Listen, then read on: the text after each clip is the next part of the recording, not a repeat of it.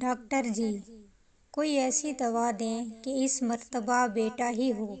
2 بیٹیاں پہلے ہیں، اب تو بیٹا ہی ہونا چاہیے۔ ڈاکٹر: میڈیکل سائنس میں ایسی کوئی دوائی نہیں ہے۔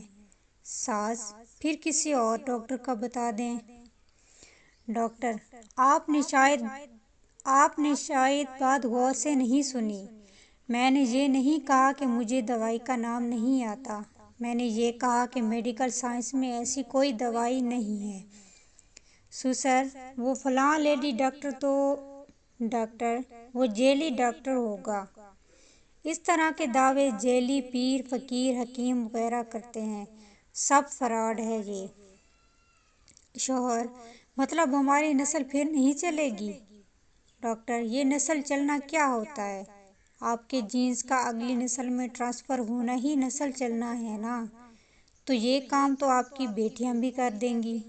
بیٹا کیوں ضروری ہے؟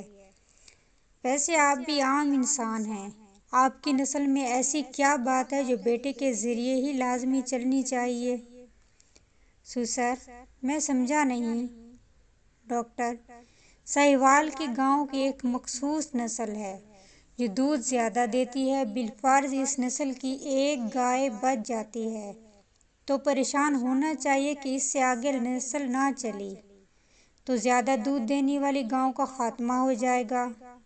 طوطوں کی ایک مخصوص قسم باتیں کرتی ہے، بالفرض اس نسل کی ایک طوطی بچ جاتی ہے تو فکر ہونی چاہیے کہ اگر یہ بھی مر گئی تو اس نسل کا خاتمہ ہو جائے گا۔ آپ لوگ عام انسان ہیں، باقی 6-7 ارب کی طرح، آخر آپ لوگوں میں ایسی کون سی خاص بات ہے؟ سر: ڈاکٹر صاحب، کوئی نام لینے والا بھی تو ہونا چاہیے۔ ڈاکٹر: آپ کے پردادے کا کیا نام ہے؟ سر: وہ… ڈاکٹر: مجھے پتہ ہے آپ کو نام نہیں آتا۔ آپ کے پردادا کو بھی یہ ٹینشن ہوگی کہ میرا نام کون لے گا، اور آج اس کی اولاد کو اس کا نام بھی نہیں پتہ۔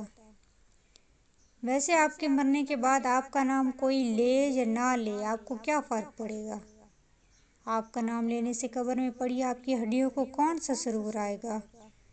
علامہ اقبال کو گزرے کافی عرصہ ہو گیا، آج بھی نصاب میں ان کا ذکر پڑھایا جاتا ہے۔ گنگا رام کو مرے ہوئے کافی سال ہو گئے، لیکن لوگ آج بھی گنگا رام ہسپتال کی وجہ سے گنگا رام کو نہیں بھولے۔ ایدھی صاحب مر گئے، لیکن نام ابھی بھی زندہ ہے اور رہے گا۔ جنید جمشید حاجی عبدالوہاب صاحب کو کون نہیں جانتا؟ کچھ ایسا کر جاؤ کہ لوگ تمہارا نام لیں، بے شک تمہاری نسلیں تمہیں بھول جائیں۔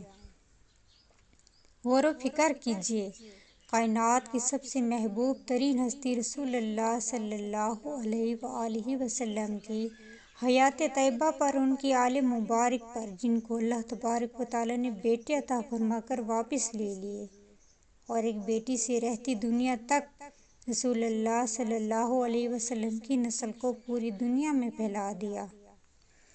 بیٹے نعمت ہیں اور نعمتوں کا حساب لیا جائے گا، بیٹیاں رحمت ہیں اور رحمتوں کا کوئی حساب نہیں۔